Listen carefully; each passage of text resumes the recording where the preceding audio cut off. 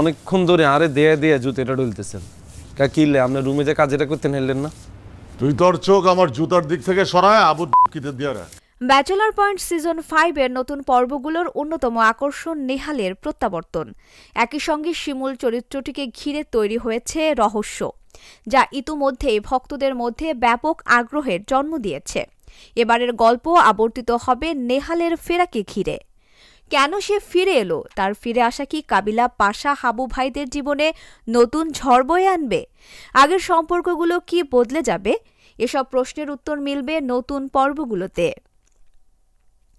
নির্মাতা কাজল আরেফিন অমি এ নিয়ে গণমাধ্যমে বলেছেন, নেহালের ফিরে আসা ও শিমুলের অনুপস্থিতি দুটোই গল্পের গুরুত্বপূর্ণ অংশ। দর্শকদের সব প্রশ্নের উত্তর নতুন পর্বগুলোতেই পাওয়া যাবে।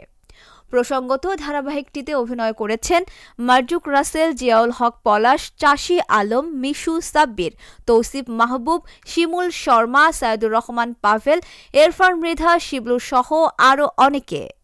Channel S news desk.